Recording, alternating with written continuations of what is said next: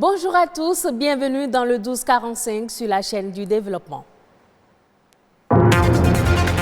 Prévention du Covid-19 au Bénin, des mesures de protection ont été prises par le gouvernement au Conseil des ministres le 17 mars.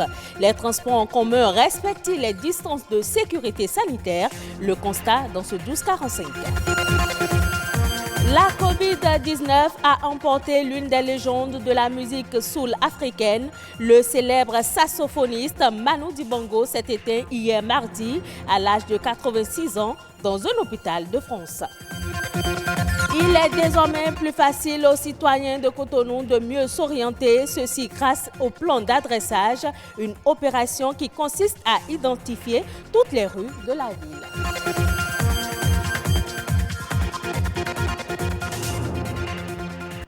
Ouvrons cette édition par la Covid-19 qui fait l'actualité. Les mesures prises par le gouvernement béninois dans le cadre de la prévention de cette pandémie sont timidement observées par les usagers de la route.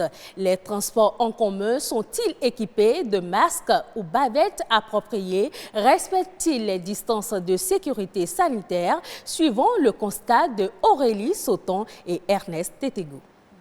Non, le gars, c'est dans mon sac, caché là, je n'ai pas amené ça aujourd'hui, j'ai oublié ça à la maison. Comme lui, beaucoup ne tiennent pas vraiment compte des recommandations du gouvernement dans la lutte contre le nouveau corona. Si par endroits, on peut voir des usagers de la route munis de bavettes, masques et de gel désinfectant, beaucoup ne semblent pas encore mesurer le risque encouru. Nous avons appris qu'il y a une telle maladie, mais nous ne l'avons pas vue. Ce qu'on peut faire, c'est de demander au gouvernement de nous aider parce que nous ne pouvons pas rester à la maison. Des piétons aux conducteurs de bus de transport en commun, en passant par les taxis, les véhicules individuels et les taxis motos, chacun y va selon sa volonté. Nous les chauffeurs, nous avons toujours les torchons pour nous couvrir le nez. Cela ne coûte que 100 francs. Quand je prends mes clients, je leur demande de prendre des précautions pour se protéger. Si nous on prend les clients, on leur dit de ne pas s'approcher trop pour qu'on ne va pas atteindre le coronavirus. Pour les conducteurs de bus de transport en commun rencontrés, il se pose un problème de moyens. On ne refuse pas d'observer les recommandations, mais les clients doivent augmenter les tarifs. Ainsi, nous pouvons même nous contenter de 2 clients, mais ils doivent augmenter l'argent. On gagne combien pour acheter toutes ces choses à nos clients? Moi, sincèrement, j'ai laissé tout à Dieu. Sincèrement. Ils ont dit de porter des gants et des cache-nez. Mais nous les chauffeurs, combien on gagne, on va encore payer les cache-nez pour les passagers. On ne peut pas. Sincèrement, c'est l'État qui va nous aider à faire ça là maintenant. La plupart des citoyens obligés d'emprunter le taxi sous toutes ses formes sont ainsi laissés pour compte. Il revient à chacun de prendre ses précautions. Peu de conducteurs se soucient de leur clientèle. On attend de prier parce que la maladie là, on dit il fait mal là où il est. Italie, France là, on dit qu'il fait mal là-bas. Donc nous, on ne veut pas qu'il va arriver chez nous ici. Sur les grands axes routiers de Cotonou et d'Abomey-Calavi, les mesures préconisées par le gouvernement ne changent pas pour autant les habitudes. Ces mesures sont pourtant prises pour réduire le risque de contamination et éviter la propagation du virus. Parlons toujours des transports en commun. Une décision complémentaire a été prise par le gouvernement lundi dernier. Le transport en commun de personnes dans quelques communes, dont Cotonou, Abomey-Calavi et Porto Novo, est suspendu à compter du 30 mars 2020. On se rend à présent au Cameroun. Le port de Douala exécute avec une discipline stricte les mesures prises par le gouvernement pour barrer la route à la propagation du Covid-19. Un contrôle strict des marchandises importées, l'ouverture des conteneurs à domicile et non sur le port font partie des décisions prises sur le plan opérationnel par les responsables. Sur le babillard du secteur des douanes du littoral ce matin, la note vient juste d'être affichée. Les ventes aux enchères publiques prévues dans la ville du 17 au 27 mars sont annulées jusqu'à nouvel avis. Après les 13 mesures prises par le gouvernement camerounais pour barrer la voie au Covid-19, c'est le réaménagement ici. La visite des conteneurs qui se faisait au niveau du quai, c'est finalement à domicile qu'elle est opérée avec un maximum de 5 acteurs. Comme prescrit dans les mesures gouvernementales, les marchandises accostent. Justement, nous allons voir au quai.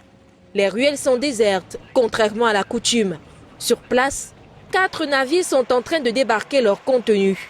L'activité portuaire se poursuit, bien que les conditions de travail soient plus strictes, à savoir une tenue non réutilisable par voyage pour le pilote et les agents maritimes. Les marchandises venant des pays étrangers affectés sont confinées. De bonnes sources, on nous révèle d'ailleurs qu'un conteneur de poissons venu de Chine a été stoppé. Mais l'assurance est donnée. Il y a suffisamment de stocks disponibles. Le riz, le poisson et autres produits essentiels accostent. De quoi rassurer les populations qui s'inquiéteraient d'une quelconque rupture sur les marchés.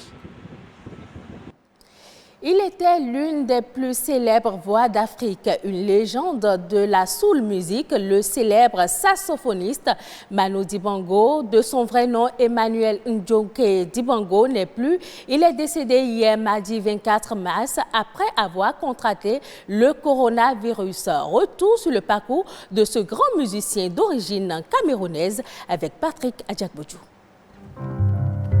Un chant s'élève au lointain. Sa voix et sa musique ont séduit pendant plus de 8 décennies des générations d'hommes et de femmes dans le monde entier. Sa bonne humeur et son dynamisme étaient reconnus par ses fans aussi bien que son talent. On le surnomme Papy Groove, une légende de l'afro-jazz, un géant de la musique africaine. Manu Dibango vit le jour en 1933 à Douala, au Cameroun. Né dans une famille protestante, il est entouré d'influences musicales très variées. En 1949, il découvre la France à l'âge de 15 ans. Très tôt, il développe une folle passion pour le saxophone. Son tube le plus légendaire reste Soul Makossa, sorti en 1972.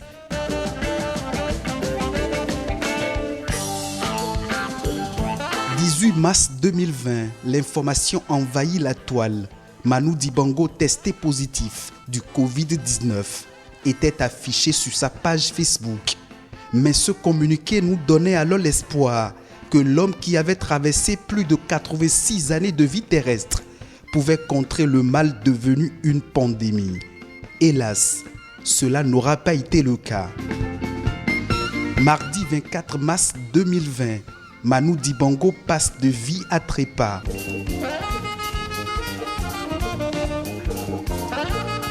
La légende de l'afro-jazz s'est éteinte à l'âge de 86 ans.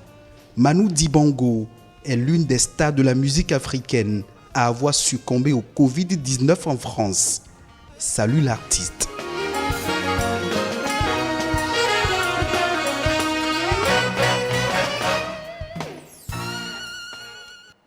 Retour au Bénin, les femmes sont présentes dans tous les domaines d'activité et surtout dans les métiers des arts médiatiques. Malgré les multiples tâches qui lui incombent, tâches dues à son statut social en Afrique, la femme recherche le juste milieu pour l'expansion de sa carrière. Mais ceci n'est toujours pas aisé pour la femme journaliste. Quels sont les obstacles à la promotion de la femme journaliste? Reine Azifon, journaliste, en parle au micro de Perspective Tossa. Lorsqu'une femme vient dans une rédaction, il serait bon qu'elle soit suffisamment formée, outillée pour faire le métier comme cela se doit. Ne pas avoir un niveau inférieur à celui des hommes. Lorsque vous venez avec un bagage léger, déjà c'est un motif pour vous mettre un peu à l'écart, pour ne pas vous confier des tâches importantes. Donc il faut qu'elle soit, si tant et qu'elle veut évoluer dans ce secteur, il faut qu'elle se forme dans le domaine pour être à même d'exercer le métier au même titre, sinon plus que les hommes. La femme journaliste n'a pas plus de contraintes dans son métier que les autres femmes. C'est vrai, les horaires ne sont pas comme dans l'administration, par exemple. C'est des horaires assez difficiles que tout le monde n'accepte pas. Vous pouvez être amené à rentrer chez vous à 0 heure, à des heures très tardives.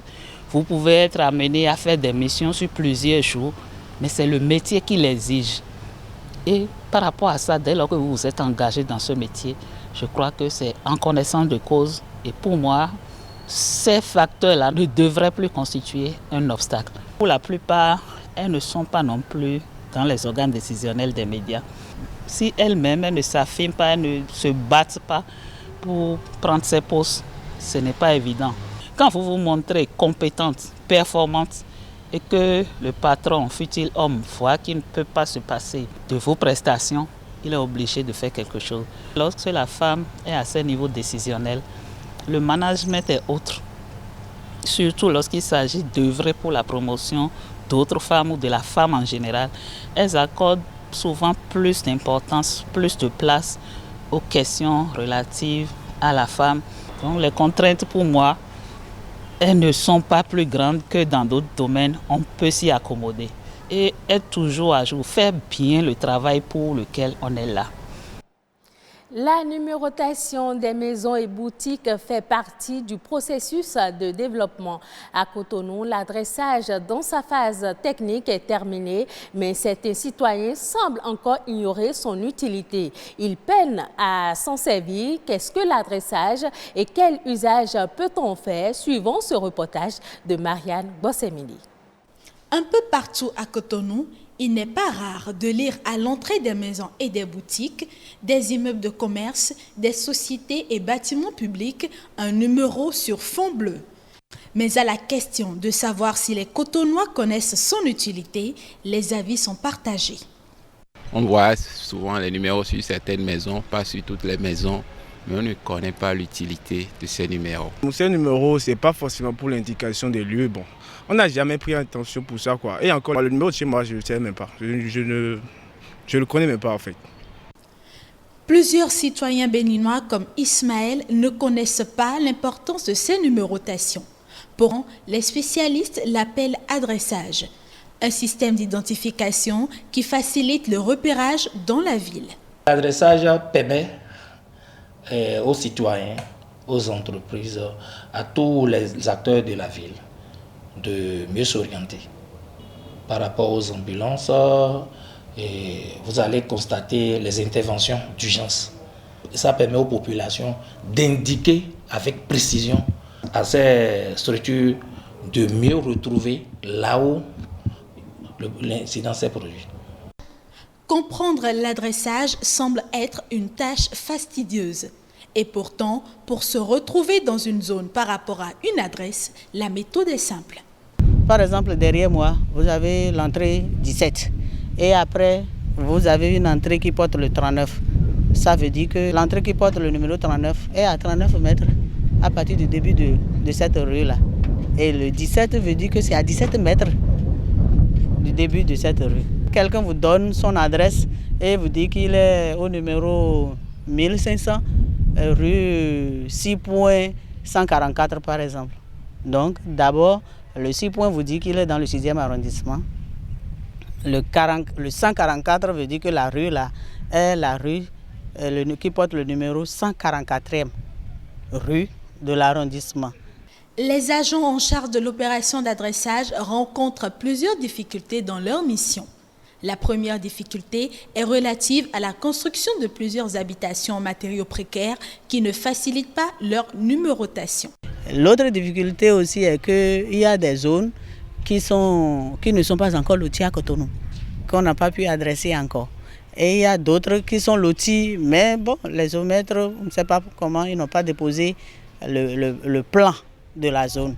Parce que n'oubliez pas que l'adressage vient se fixer sur le plan foncier. Quand la maison n'est pas clôturée, on ne donne pas.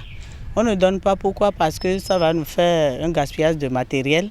Et comment ça va être utilisé le numéro qu'on leur a donné. Puisque ceux qui y vivent ont une entrée pour rentrer chez eux, mais ils n'ont pas de clôture. Au-delà du fait de faciliter l'indication, L'adressage permet un meilleur contrôle des ressources fiscales de la ville. Les citoyens sont donc invités à se rapprocher de leur municipalité pour obtenir leur adresse ou signaler tous travaux de modification touchant à leur bâtiment. L'opération est gratuite. Et ce sera tout pour cette édition. Merci de votre fidélité à la chaîne du développement.